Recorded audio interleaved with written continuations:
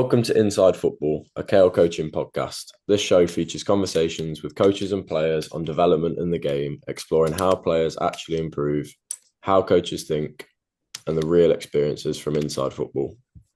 Today, I'm honoured to be joined by Luke Gibson, a current senior lecturer at the University of Derby, many years of coaching experience within different semi-professional environments, and many more in which we'll talk through in today's podcast. Luke, thank you very much for joining us today. How are you, mate? Yeah, all good, ready to go. Sweet. So for those of the people listening that maybe don't know you or don't know the experience that you've had, could you just talk us through your current roles that you're doing now, as well as any sort of past experience that you've had that might be relevant towards the coaching or teaching side of things? So I started with started back when I was 15, 16, 17, working with in primary school setting. So while I was in sixth form, we had to take a primary school football team. So I went back to my old primary school and took the year sixes. Really good experience. Really enjoyed the coaching side of things. So it's kind of the route I wanted to go down. Then I went to university, studied at university. While I was there, worked at Crew Alex in their football and community program. That was really good alongside my masters. Then I kind of left that and I moved up to Manchester and I started working at Bury with their community program. Then went into the academy, started with the under 11s. Then I did the 9s. Then I went with the 16s and then finished up with the 15s. So worked across all the age groups.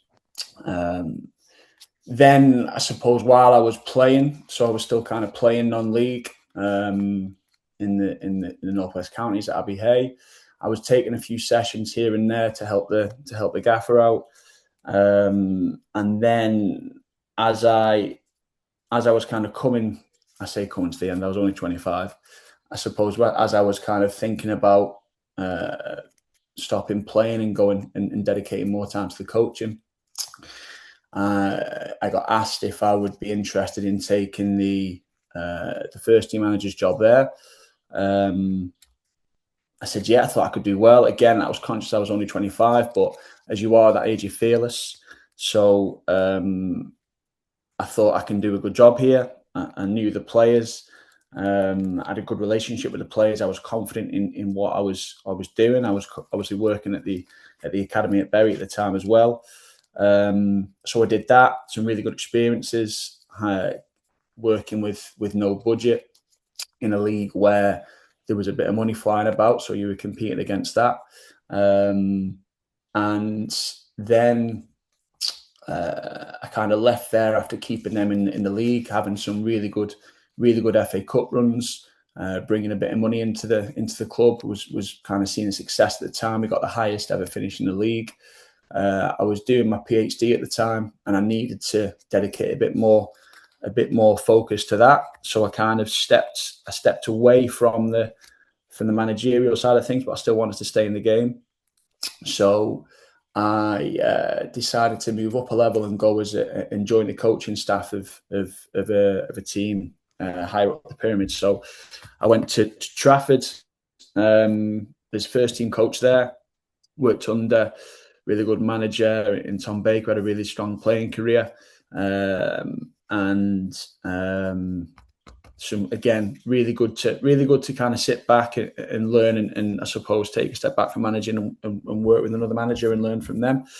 And then he stepped down and the assistant took over and I jumped up to assistant manager. Again, really enjoyed that. That experience of being a number two. Again, working with a good manager, really good with people, really good in understanding players and developing relationships with players.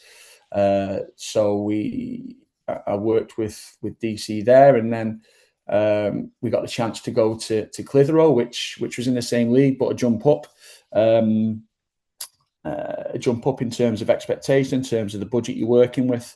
So we went there mid-season, didn't do as well as we'd liked.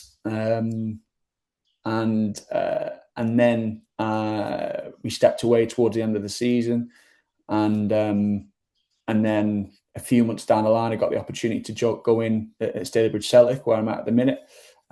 Really good club, really strong club in the Northwest. Wants to get back into the conference.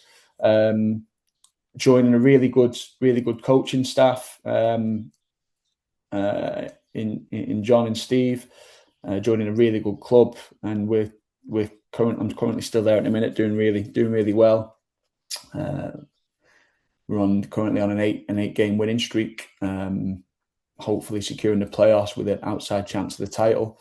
So yeah, that's where I'm at the minute, and then obviously along the way as well, I worked with the England University squad. So joined them in 2017, working with some really good caliber of players. You're looking at you're working with the best players that are studying at university in England. A few players go on to play in the pro game. And then we had a really good experience in 2019 winning the Home Nations.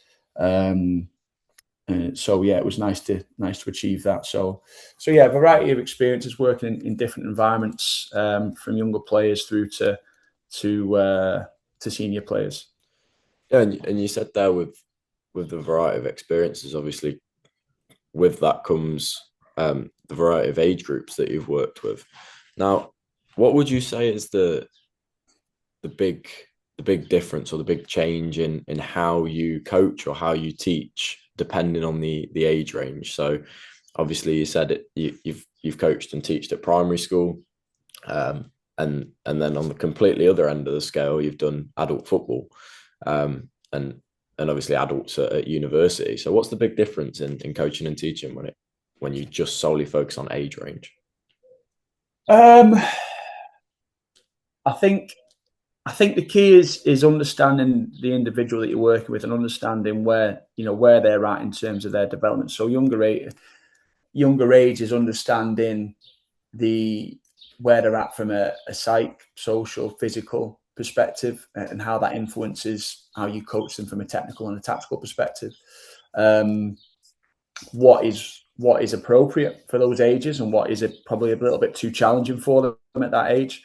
I think that's often overlooked by coaches. Sometimes we do a one size fits all approach, and I've been guilty of this in the past as well. If I think back to when I first started working, my very first session that I did with the primary school team, I had no coaching experience, I had no coaching badges, no coaching background, and I remember doing a practice that I'd done as a player, and it was the first time I'd ever put a practice on, and just watching it look nothing like what I wanted it to look like and what I thought it would look like. And I think that was the first experience where I thought, right, this is ridiculously challenging. Why have I designed this session? Why have I come up with this practice and delivered it in this way? There's no way they'd be able to do it. Well, I don't know why I thought they would. But you kind of go back to you go back to what you did as a player and what you enjoyed and what the sessions that you took part in that worked, and you think, well, I'll just do that, it'll be fine. And it just wasn't the case. So I think understanding the age that you're working with and the demographic that you're working with, and what might work for them but won't work for maybe a different age group, and vice versa. Obviously, with me being in your lectures at university, in our lesson, we're looking at the psychosocial side of coaching. With you delivering that lesson, do you think your teaching background and at university and other places you've taught at has influenced your coaching background? So maybe do you take things in that you've taught and take them to the likes of Stalybridge Celtic or Clitheroe or anywhere that you've coached at? I think when I'm working, when I was working with younger players, I think there's a lot that you can take with us, and I think the biggest thing that I would say that taken from my teaching experience and the application of it to coaching would be probably just thinking a little bit more more critically about things, and probably trying to really understand, I suppose, understand the player a little bit more, and maybe just question everything that you're doing to more of an extent. I think that's probably be the key. I speak to you guys a lot about there's so much information out there for coaches now, and there's so many people telling you what to do and formulas for success, and this will work, and so on and so forth, and session plans here, there, and everywhere, and practices, all over the internet. And I think the key is sometimes you can get caught up in that. And I think the key is to just take a step back and think, well, hang on, what is the group that I'm working with? What exactly do they need? What exactly is the makeup of the group? And then go from there. I think one thing that I would say that has helped me is, I suppose, just understanding young people, and working with young people outside of a football context. So, I really enjoy working with the younger players in our group. We've got a really experienced squad, lads that have been around for a while. They've had good non-league careers, and then you've got a couple maybe who are just making their way in the game. They've come out with a pro game not so long ago. I really enjoy working with those players, and I suppose just understanding, being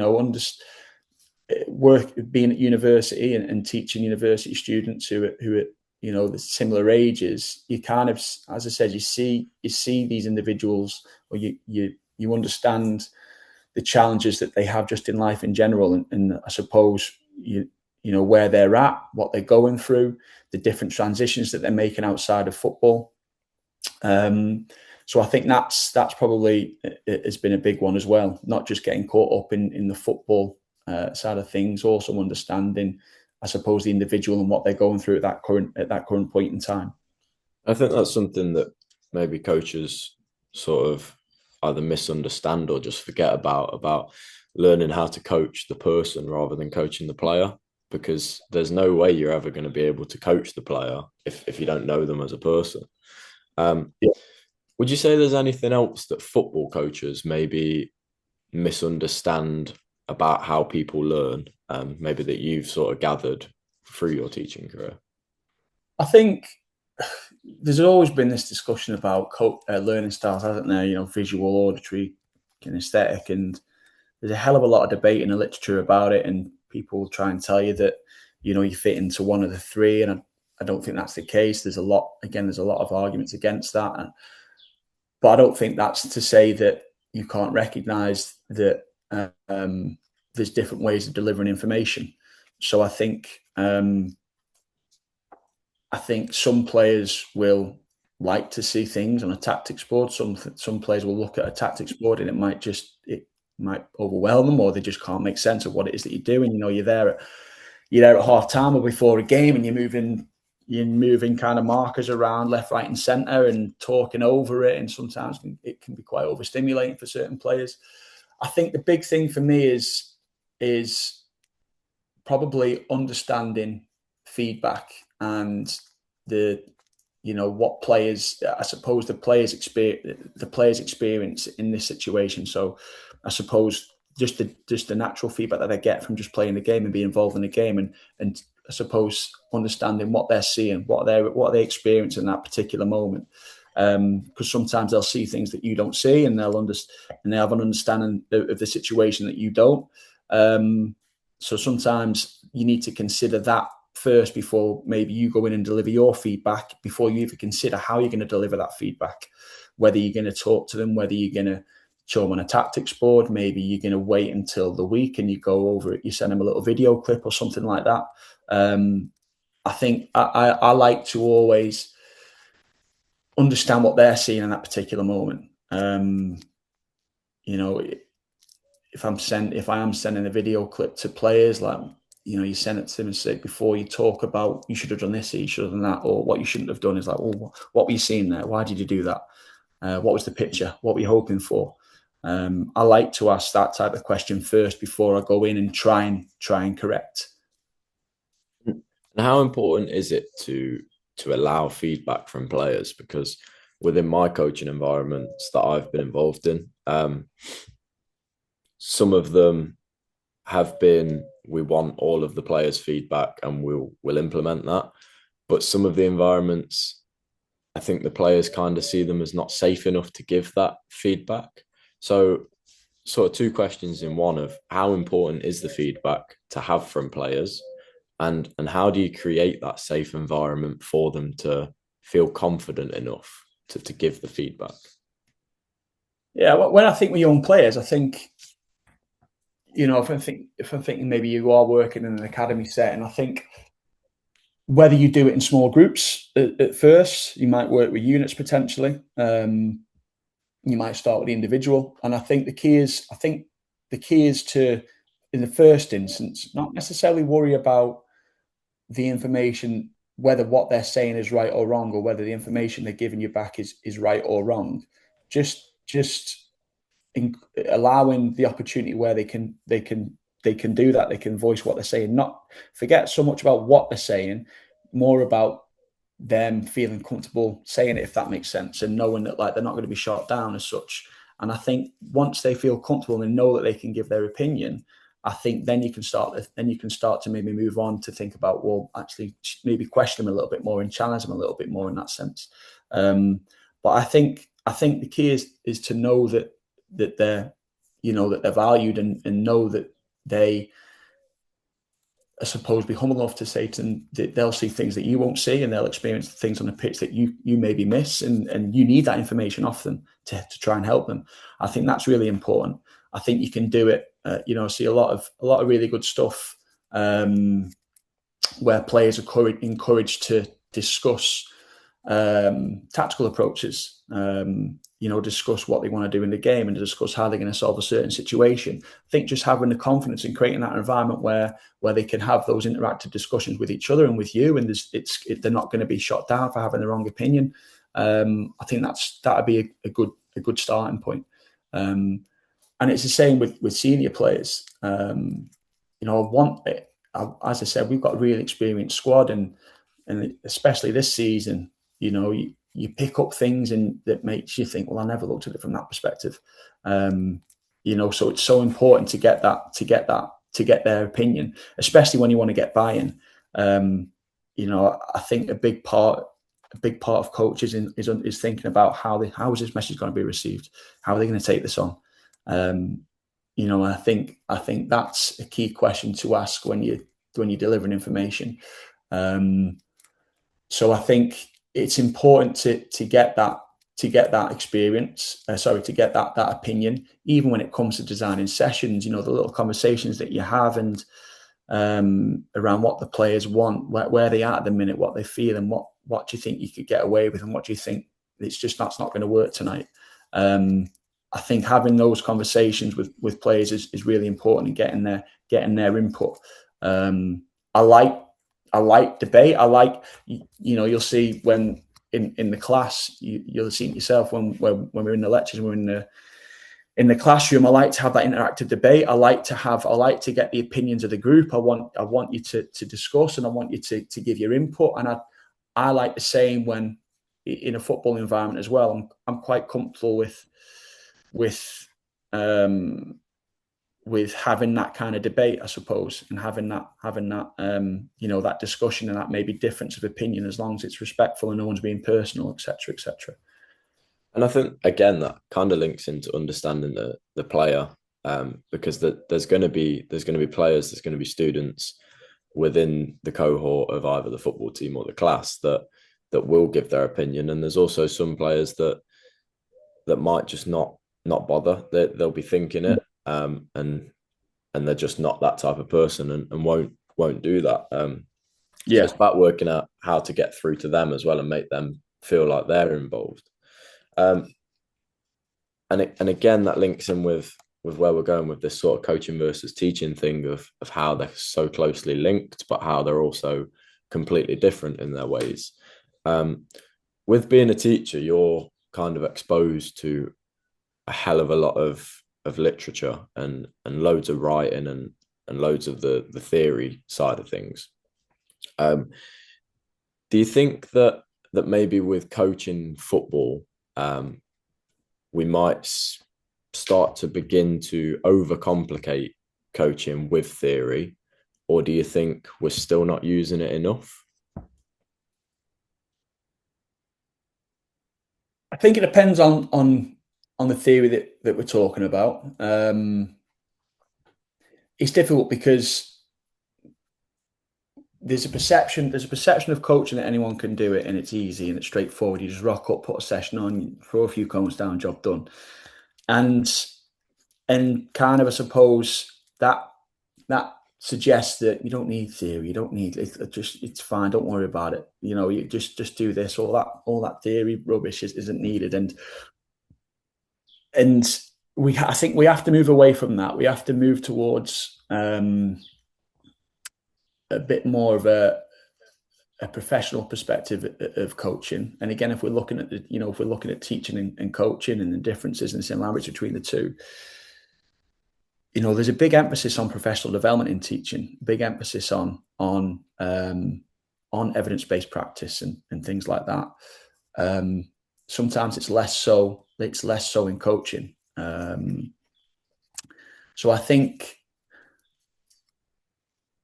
the key with anything is to, again, thinking about that critical, I suppose, that critical questioning of whatever theory it is that you think can inform what it is that you're doing.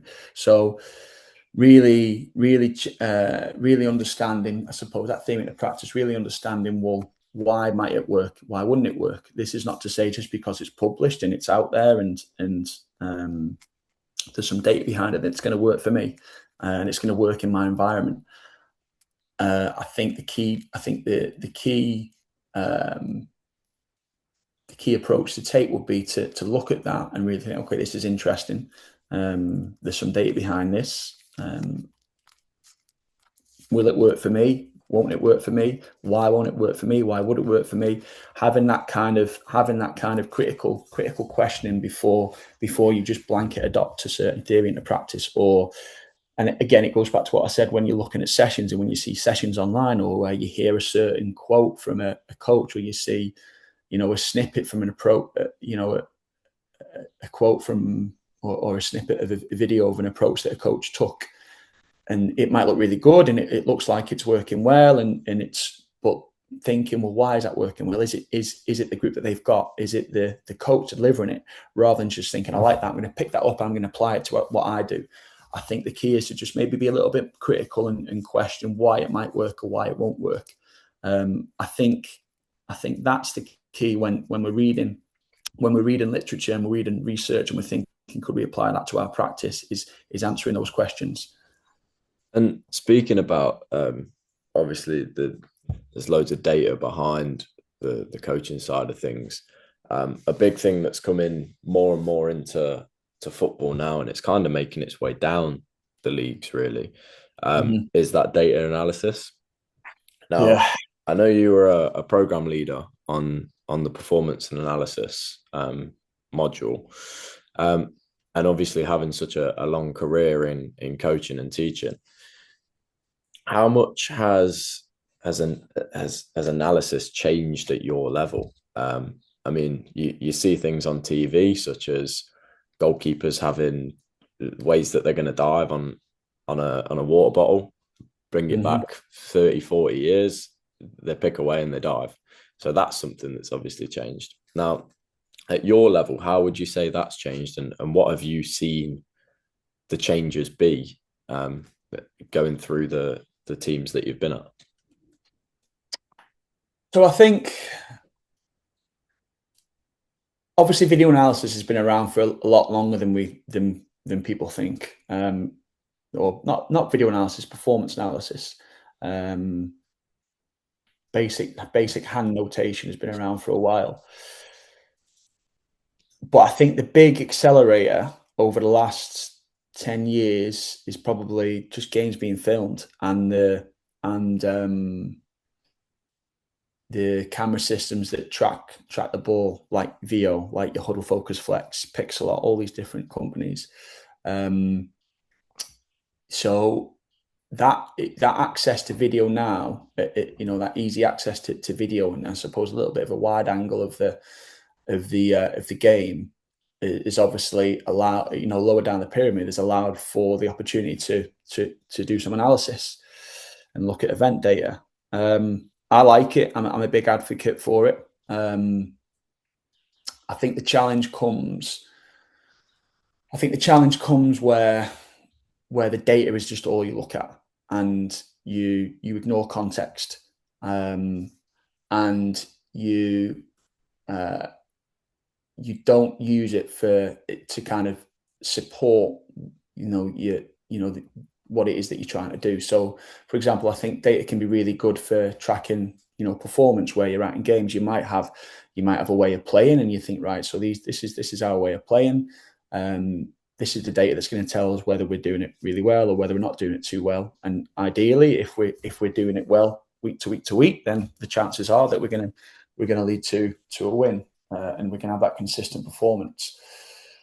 I think the challenge comes when people just solely look at the data, and you're getting beat week in, week out, but you think everything's rosy because the data's all right. And I think that's where that blind faith in the data comes into play, and you stop to question kind of your interpretation of the data, or maybe you're stretching your interpretation of the data a little bit too far.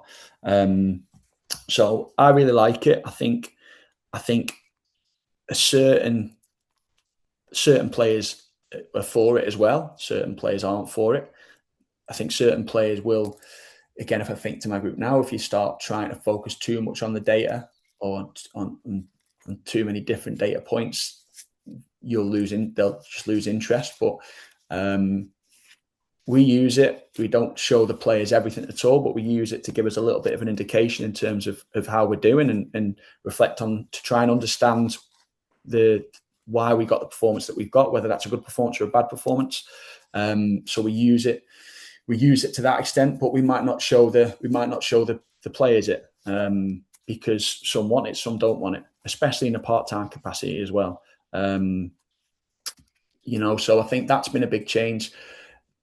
We've done analysis meetings this season, a couple of analysis meetings over the years. I've put together short clips that I've sent to the group. I've put together clips that I've sent to players, making use of telestration and things like that.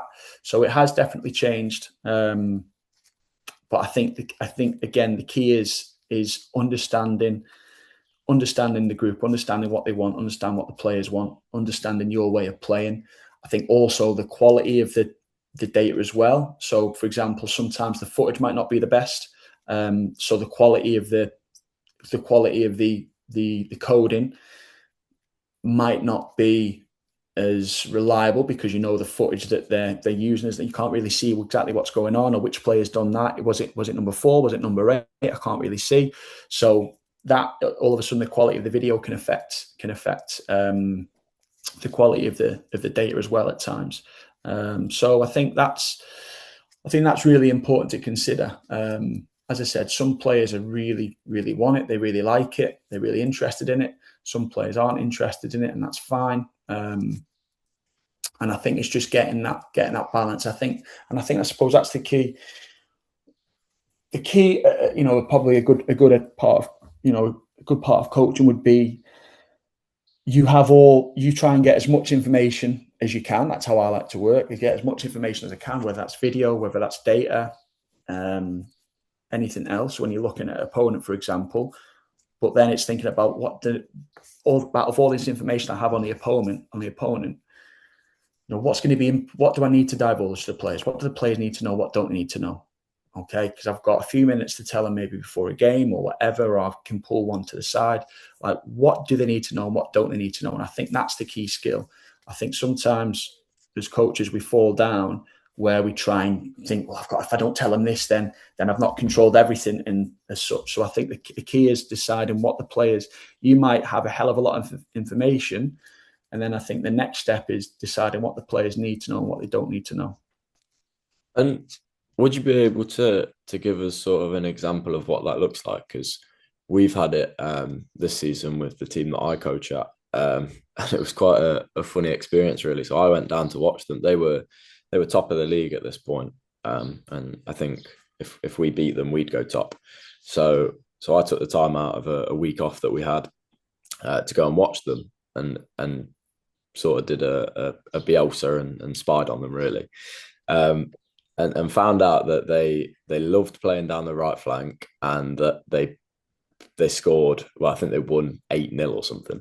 And all 8 of those goals came from a deep cross from the right wing into the box, and it was headed in by their 9 foot tall number 9. When we played against them, they played a diamond in the middle and didn't put a single cross in. So maybe, obviously, that information. I mean, that training session, we worked on how to defend crosses. And before the match, that 5-minute talk, we were like, right, we've got to stop the cross. We've got to get out there. We've got to press aggressive. Do not let them cross the ball. And they didn't cross the ball once in that game, I don't think. Or I think it was once that they crossed the ball, actually. And that was the information we gave them. And maybe that was a mistake on our behalf of, well, I don't think we really covered any other information of, well, what if this doesn't happen? So it was then for the players to work it out themselves. So yeah, have you got sort of any examples of what information you should give to the players on the data that you may know without overloading them before the game? And do you need to cover those what ifs of what if they don't cross the ball this game? Yeah, and I think what you've done there is the coaching process. You know, it's you've done the best with what's available to you. I think the challenge there is scouting off one game, and I think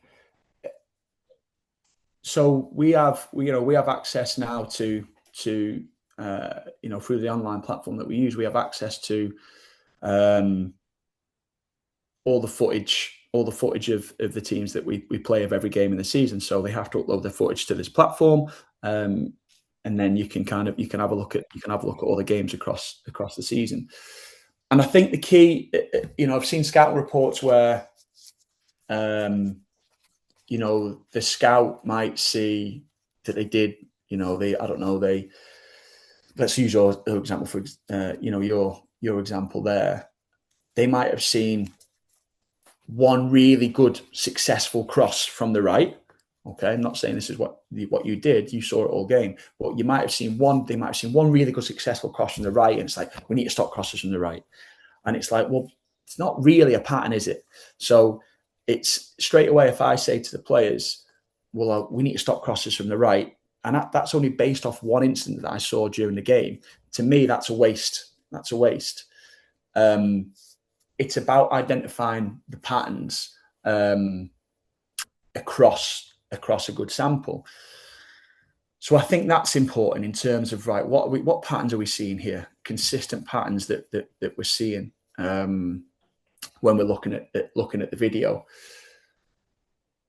Because, as I said, you can't cover everything. One, because of its information overload. Two, because you just haven't got the time. So you bet, again, in my context, bear in mind we're part-time, we're not full-time.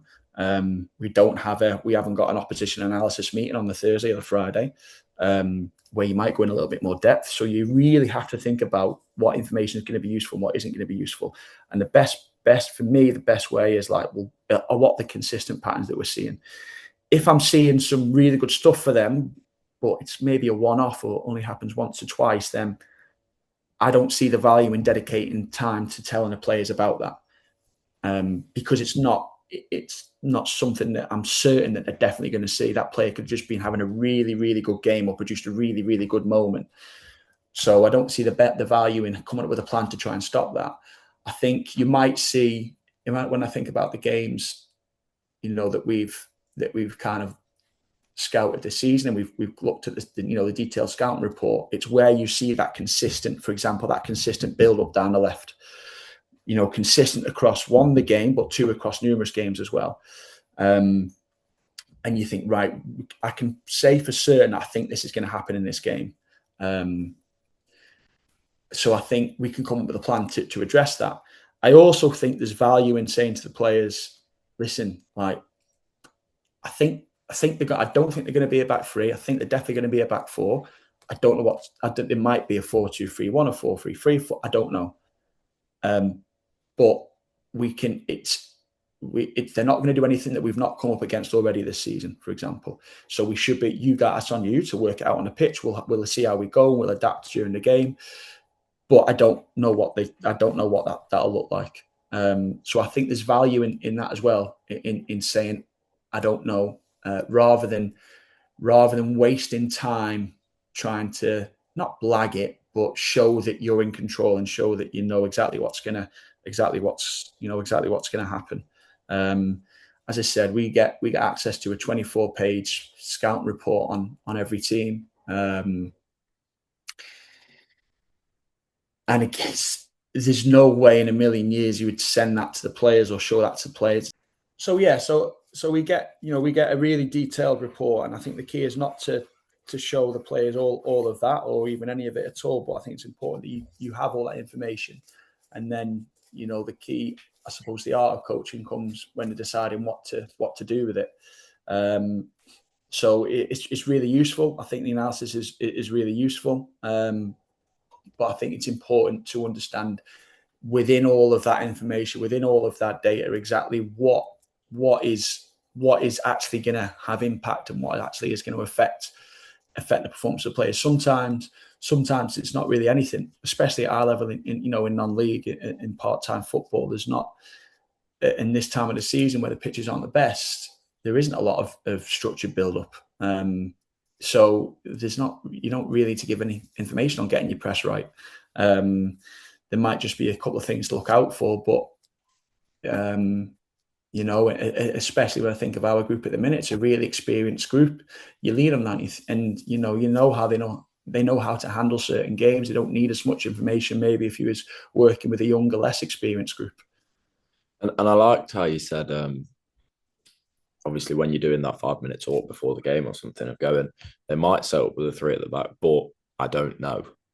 And I think that links into something that's really important in coaching that some coaches shy away from. If you're the coach, you're the expert. You've got to know everything. You've got to know how to handle everything. But sometimes that kind of makes you not relatable. It makes you seem not human. So becoming that human of a coach of going, look, I don't know. Sometimes I'm going to make mistakes. It kind of, and again, it always feeds back to that relationship with the players of understanding the person, of kind of opening up to them and going, look, I'm not sure sometimes as well. Mm-hmm. Like, we're all going to make mistakes, and it allows for them to make mistakes as well and not feel pressured that they've got to get everything right. Now, I spoke a lot about the analysis side of things, sort of higher up the pyramid. Now, at Gresley, where I'm at, we're lucky enough to have that VO, and we have the analysis sessions and send out clips to the players to look at their performance of what went well, what went wrong, even better ifs, things like that. But I also work in a grassroots club where we're under 10s. So I do 8s, 10s, and 11s. We don't have a VO. We don't know who we're playing each week, and it's very, very different. So does analysis come into grassroots coaching? And if so, how? Or is it something that you don't really need to be bothered about at that age?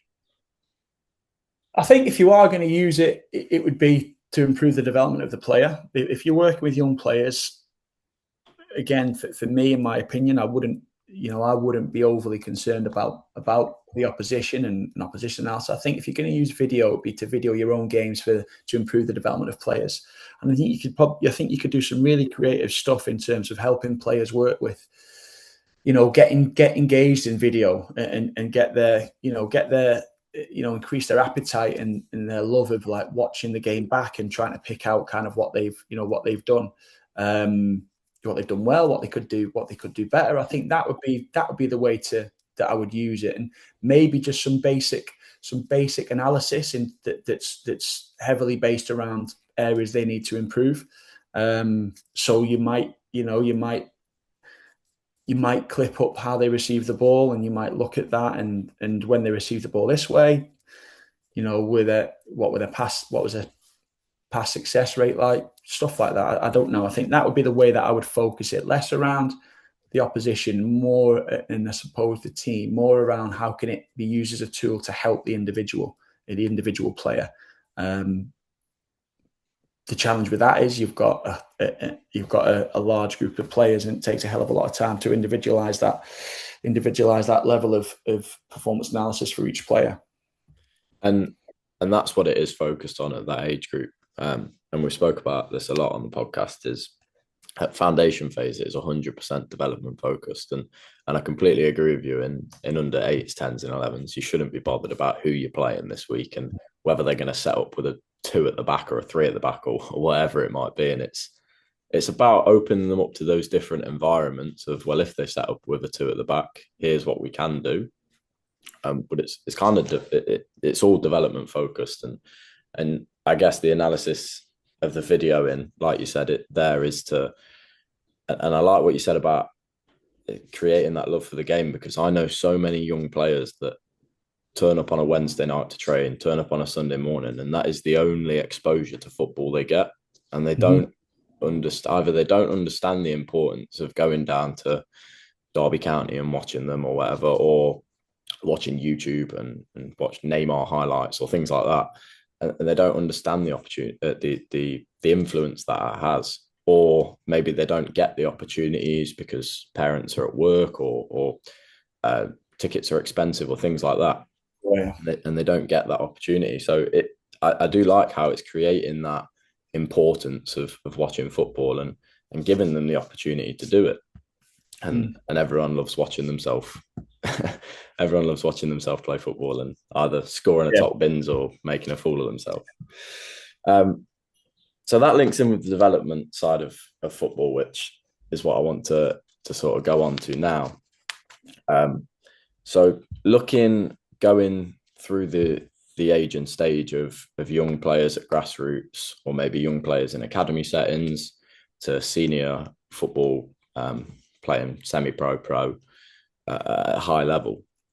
What does that good development look like from two perspectives? So from a player perspective, which is what we focus on loads, on how can a player successfully develop, but also how can a coach successfully develop? So does that mean put in millions of hours on the pitch, or does it mean going down to your local FA and joining on to a CPD? Or so what do those developments look like, and how do they differ of how to develop as a player efficiently and how to develop as a coach efficiently? I think as a coach, if I think about what I've really found, and I've stopped doing it, I don't do it as much anymore. But what I've found really beneficial is going out and watching other coaches and just having those conversations with coaches. I think there's so many development opportunities now. I really like watching. I like watching Monday Night Football more than I like watching the game. I often end up switching the game off and just tuning in for the analysis beforehand. I really find that interesting, to getting players' takes on it. You know, there's podcasts now that are really good in listening to player stories and their perspective on things, which I find fascinating. And then just, you know, going out and watching other coaches' work, autobiographies and things like that. But I think one of the big things is also putting sessions on and getting your hands dirty and trialing things, you know, and trialing sessions that you might not have delivered before. Coming up with new sessions, not just putting sessions on that you do all the time. And that's challenging, because especially at part-time, where you haven't got, you know, if I think now I've got a family, I've got a full-time job alongside this. It's hard to get dedicate the time to planning and really coming up with a strong session. And if I think maybe, you know, if you was full-time in a full-time capacity, when you come up with your sessions, you know, in the morning, that morning meeting, you're having a really good chat amongst the coaches. You sat there thinking about what you will do and what will work, why that wouldn't work. Whereas a lot of time you're planning sessions as a part-time coach, you haven't got that same calm, relaxed interaction. It's like, right, I've got half an hour. I need to plan tonight's session. I need to sort this out. And so sometimes the level of planning that you need, the time need isn't there. So often you revert back to what you know is going to work. And I'm guilty of that. So I think having the time to really sit down and really consider the planning process that you've got and consider what it is that you're going to deliver and maybe try something that's slightly different is important. But then at the same time, you need the group to be susceptible to that. You need a group where you know that players can help to make a bad session work. They're going to do what you say. They're going to tune in, and you know that you've got them. So that comes into it as well. So I think in terms of development, you have to consider really consider the planning process and really consider kind of going out and seeing how other coaches work and getting some experience in that. In terms of a player, I mean, it's a really big topic of debate. I think at the younger ages, I think technique, ball mastery, because a lot of the time when they get older and they're given tactical instructions, they can't do tactically what they can't do technically, if that makes sense. So that technical development in the early ages is so important. You know, do the basics well. How do you receive the ball? How do you receive the ball to open up the pitch? Really focusing on that. You know, the quality of your first touch. Where's that going to take you? Working the ball with both feet. Decision making under pressure. All the psychosocial stuff we speak about in the lessons as well, to stand them in good stead when they get older and they've got those difficult transitions to making a jump from youth to senior, alongside transitions that come just in life in general that they have to consider as well. You know, leaving school, different friend groups, other stuff that goes on in life as well that they've got to negotiate at the same time as trying to get a scholar, trying to get a contract. So I think the early ages, definitely, I think the emphasis should be on that technical development. And then as you start to progress up, you start to layer that with more of the physical and the psychosocial side of things. Now, like on that then, about the sort of practice design and designing the sessions so that they can actually help players learn. It looks different within the different environments that you've coached in and the different roles that you might have had. So obviously at Clitheroe and Trafford, you were the number 2, you were the assistant manager. And then at Stalybridge Celtic now, you're the first team coach. So they're quite different sort of roles in themselves. And then with your roles, even as a teacher, of planning a lesson, and then at primary school planning a lesson or a session for those age children's. How do you design?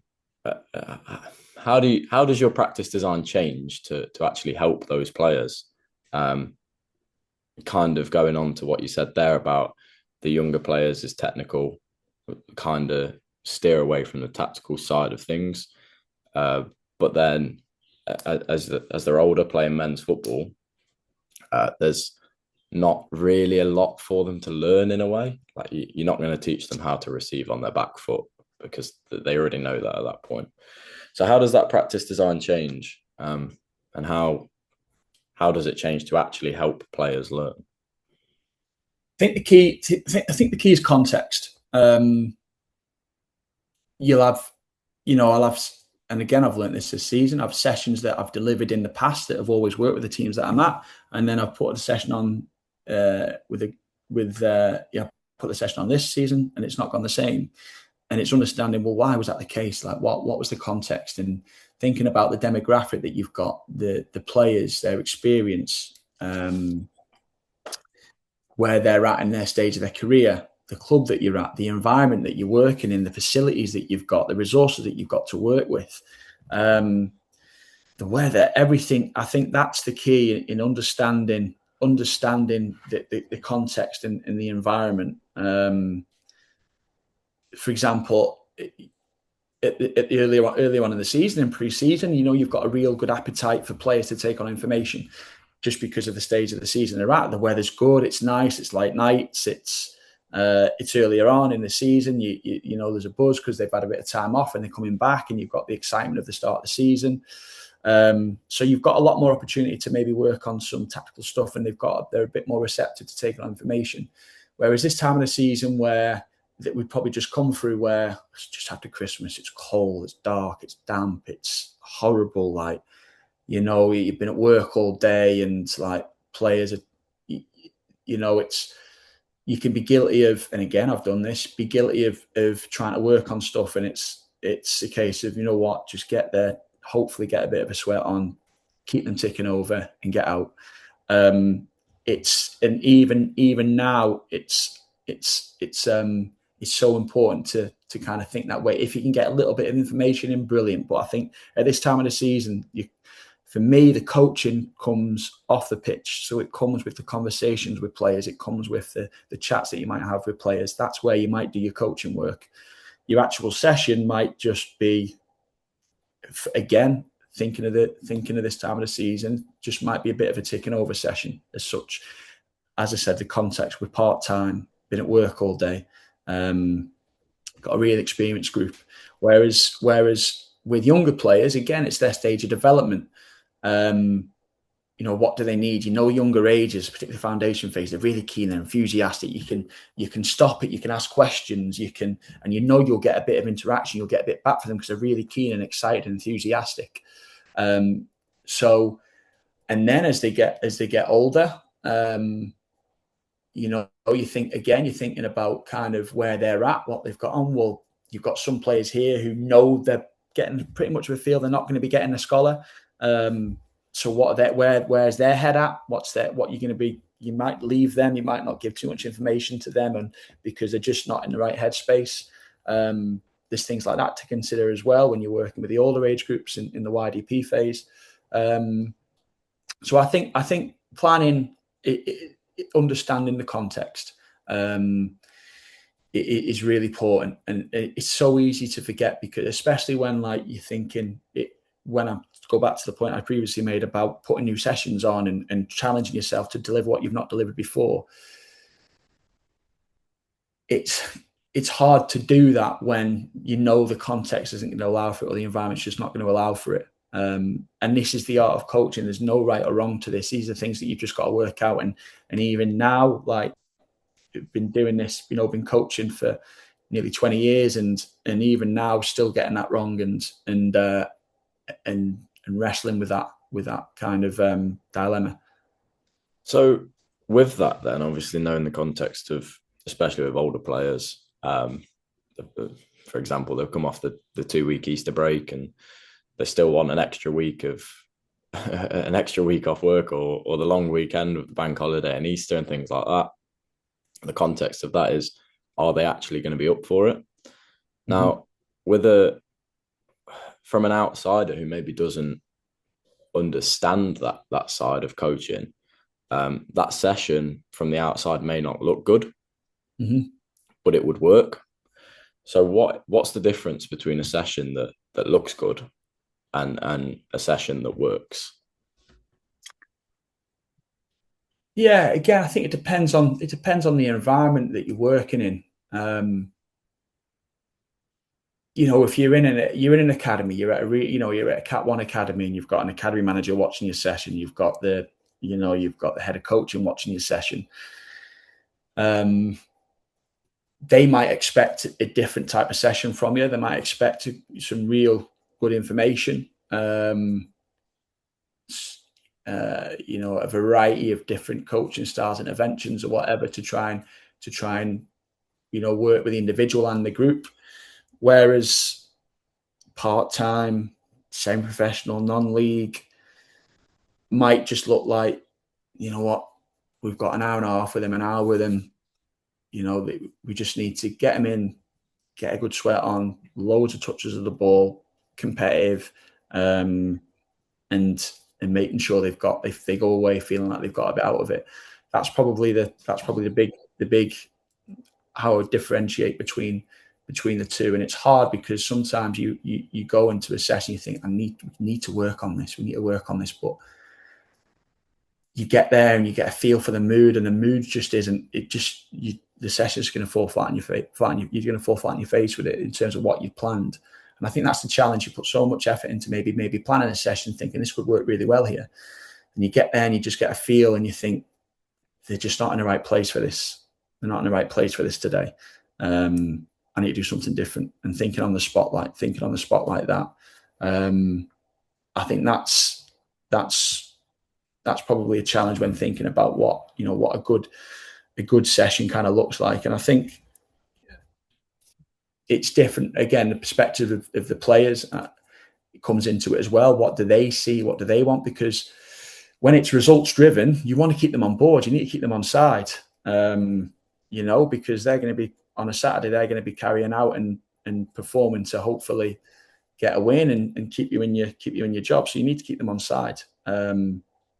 So they need to be happy. So you really need to think about what they want as well, what they want to get out of it. So it's almost combining that a little bit of what they want and what they need. Sometimes as a coach, you can focus, you can get really caught up in designing this really good session. And again, I've done it. And you move too far away from what the players want and need, and you move more towards what you want to do. Because what you get really excited about delivering a certain session. So what is it that when you're planning your practices, when you're planning your sessions, what is it that you say are you thinking about? Are you thinking about what if they turn up and they're not up for it this week, or are you thinking about what happened last week? We didn't press from the front very well, so this session is going to be on pressing from the front. What sort of things go through your head when you're planning those practices and sessions? Yeah, both. So you might think what the tactical element is. You might think who you come up against, what you're going to need. Is there anything you really need to work on in training? If there's not too much you need to work on, then it might just be a really standard, really basic session that the players are going to enjoy. So I think that comes into it. Again, who we've got, what space have we got, how many balls have we got? You can't run a decent possession practice with not enough balls, or you can't run a decent, technique, really technical and opposed practice without a lot of balls. So what have we got to work with comes into it as well. What space have we got? How many goals have we got? Have we got little goals, big goals? How long do the keepers need with the goalkeeping coach? When can we take them in? When can we take them? So that comes into it. That comes into it as well. But I think, I've tried more to think about, what the players need and what they want. A big part when you're working with all the players, and I found this out, is if you want that element of competition, your refereeing has to be bang on. When you're refereeing games, when you're refereeing possession, that can count so much to the session going well and not going well, more so than the information that you give. And it's hard to referee games because you're thinking about the organization of the session, you're thinking about coaching points for the group, you're thinking about coaching points for the individual, you're noticing so many things. And then you have to referee it as well. And I'm a bad referee anyway.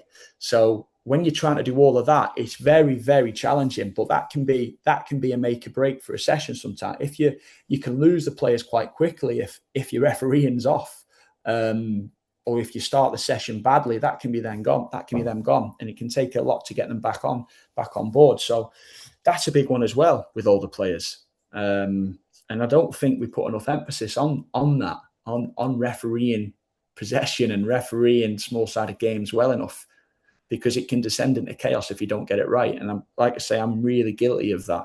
I'm a horrendous ref. And I'm glad someone shares that. I've never really heard anyone say that, but I experience it quite a lot. And I'm the exact same, and never realised it until I stepped into men's football. Of if a red team kicks the ball out and you give it back to that red team, the blue team are on your case, and all of a sudden their energy drops, their respect for you drop, everything goes out the window. So that is really spot on, and something again of why this podcast is called Inside Football, because it's not something that you realize until you do it. I mean, if you can go on all the coaching courses, and I don't think any of them would really mention like get your refereeing on point, because it's all about how can you fit the four corner model in, or things like that.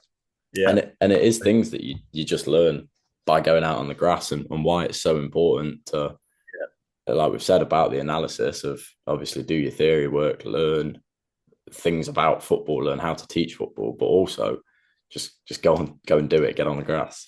Yeah, exactly. Now, next part that we're going to look at, and the last part is more on the challenges in coaching. Now, we've briefly spoke on some of them, about maybe players sort of turning up, not really wanting to be there, they've had a long day at work, things like that. What would you say currently at Stalybridge Celtic is the hardest thing about coaching? And then on the flip side, delving sort of back into your senior lecturer role at the university, what's the hardest thing you find about the teaching side of things as well? Really hard, I suppose, just in the environment. So working in non-league, you want time. You want more time with, for example, if I look at a full-time environment, you can, and we spoke about it earlier on in the podcast in terms of relationships with players. You can sit at full-time, you might sit and have a coffee, you might sit and have a bit of breakfast or whatever. You have a catch-up after training because you're there full-time. You don't get that same time with players where you can maybe have those conversations, those one-to-one chats. I think that's a real challenge. That you find that you've just got to overcome. Something could happen on a Saturday and you're not going to see him again till a Tuesday. That can be difficult challenge to overcome. When you're coaching part time, facilities as well. Getting good facilities is a big challenge for all, from grassroots right up to, through the pyramid.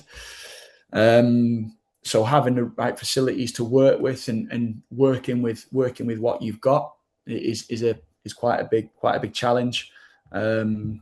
Players have other commitments, so sometimes something might just come up and you planned a session maybe for that particular player with that particular player in mind, and something comes up with work or something comes up with family and they can't get there, and it's like, well, I've got to change everything now. There's not much point in me really doing that because it was tailored for them, tailored for him. So that's a big challenge, I think. They're a big challenge, I would say, working, coaching at the minute. I think from a senior lecturer perspective now and working in academia,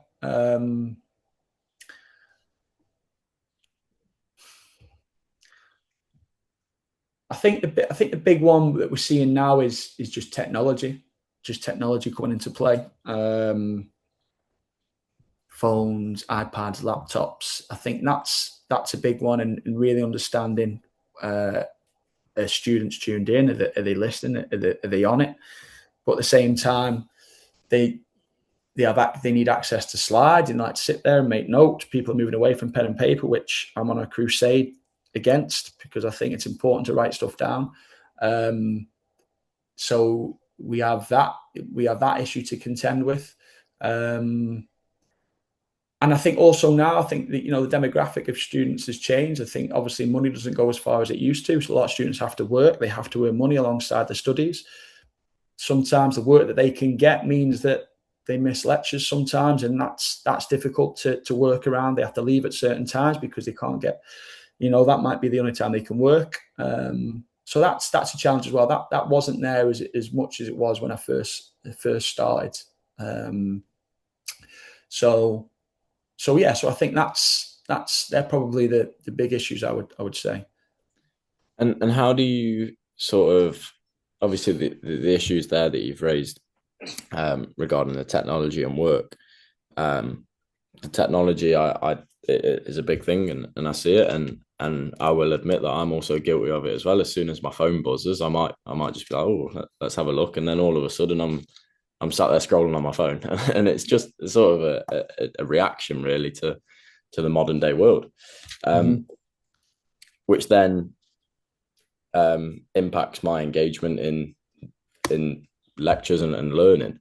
So how do you deal with those players or students, whichever environment we focus on, to make sure that they are engaged and to keep their engagement high? I think you've got to pick your battles. I think with football, I think you've got to pick your battles. You can't go to war with everything. Everything that annoys you, because you'd end up fighting everything.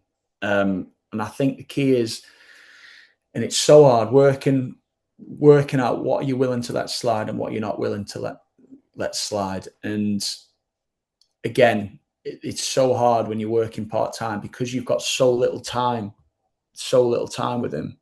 2 sessions a week, an hour and a half. You don't want to be, the last thing you want to be doing is managing behavior in that, in the short time frame that you've got. So I think this is where your session design comes in.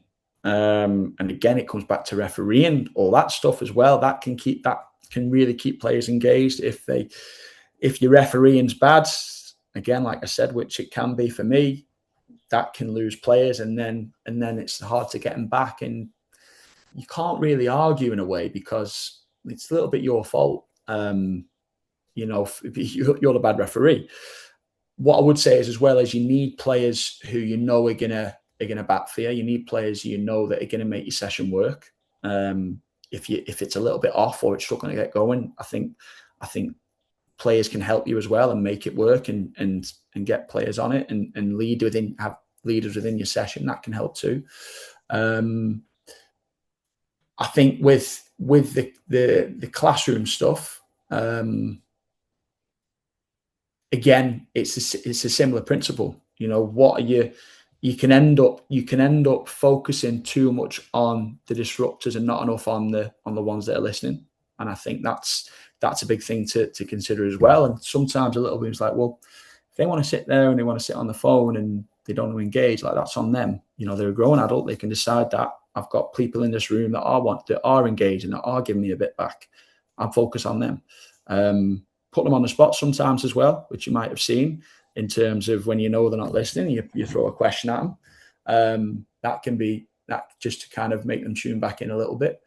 And then, like I say, sometimes, particularly with players, it can be little conversations you might have away rather than with the group. Little conversations you might have them away from the group on a one-to-one.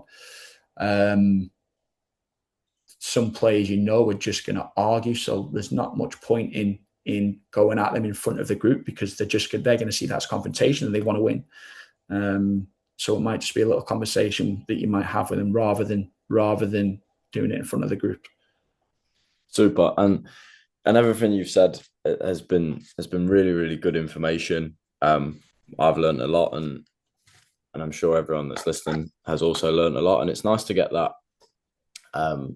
view from being a leader, as I suppose that's kind of what links the both of teaching and coaching.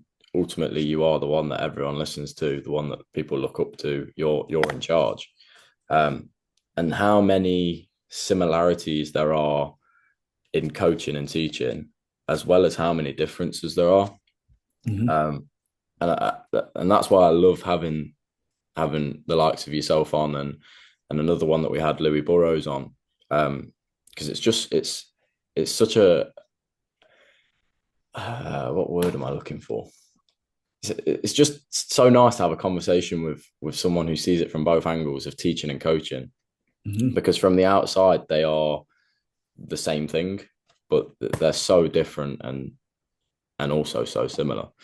So I will begin. Go on. I think on the culture takes that as well. So the way you could speak to a 20-year-old in the changing room is quite different to the way you could speak to a 20-year-old in the classroom. So you have to be aware of that as well. And that can be challenging sometimes too. But then there's a lot that you can take in terms of how you'd interact with an individual in a classroom can help inform how you interact with a young person in a football environment too. So the culture is a massive one as well. It's highly, football's, you're emotionally charged a lot of the time. So, and that for rightly or wrongly, that can influence the way you deliver. Completely different to the calm environment of a classroom. And I won't ask you to provide any examples of maybe what you've said in a changing room, but it's very strange. And to be fair, I'd quite like to read a little bit of lecture on that of why is it so culturally accepted to scream and shout and swear and in a football changing room, but not in a classroom. And but anyway, now just at the end of the podcast, I like to do something that's probably puts you on the spot a little bit, takes you out your comfort zone and is a little bit challenging. So it's something that I saw on an England football learning podcast called CoachCast, where they give the guest speaker 30 seconds to basically give anyone who's listening loads of advice, whether they're a coach, a player, a teacher, a performance analysis person, a scout, anything like that. So I'm gonna give you 30 seconds to just give as much advice as possible. I'll put the timer on the screen, and then so give it your best shot. I'd hate to do this. I don't think I'll be able to do it. Ready? 3, 2, 1. Off you go. Okay. Practice. Have a go at it. Don't just kind of, I suppose, read and go and watch. Actually, do the coaching, and move. Stay critical. Definitely stay critical. Question and move more towards what you think the players need and want, rather than what you want and need to do. Super, brilliant. That was perfect. Luke, thank you very much for coming on. I thoroughly enjoyed listening and speaking to you and digging your brains, as that's kind of what I started the podcast to do, to just dig people's brains. Good, as it's something that coaches need to do and have. And I bang on about it, and I think I've said it in every podcast, but I'll say it again. Having a phone book that is as long as the Bible is so important in coaching, and these chats that me and you are having now, and I've had with other coaches, are not done enough. People don't talk enough and dig people's brains enough. So no, I appreciate you coming on, and I hope you enjoyed yourself. No, all good. And enjoy the rest of your week off, and I'll see you next week. Yeah, cheers. Thanks for having me. Super, Luke. Thank you very much, mate. Cheers. Yeah, bye. Thank you, everyone, for watching the latest episode of Inside Football. We hope you enjoyed. Be sure to check us out on Spotify, drop us a follow, and subscribe on YouTube. See you in the next one.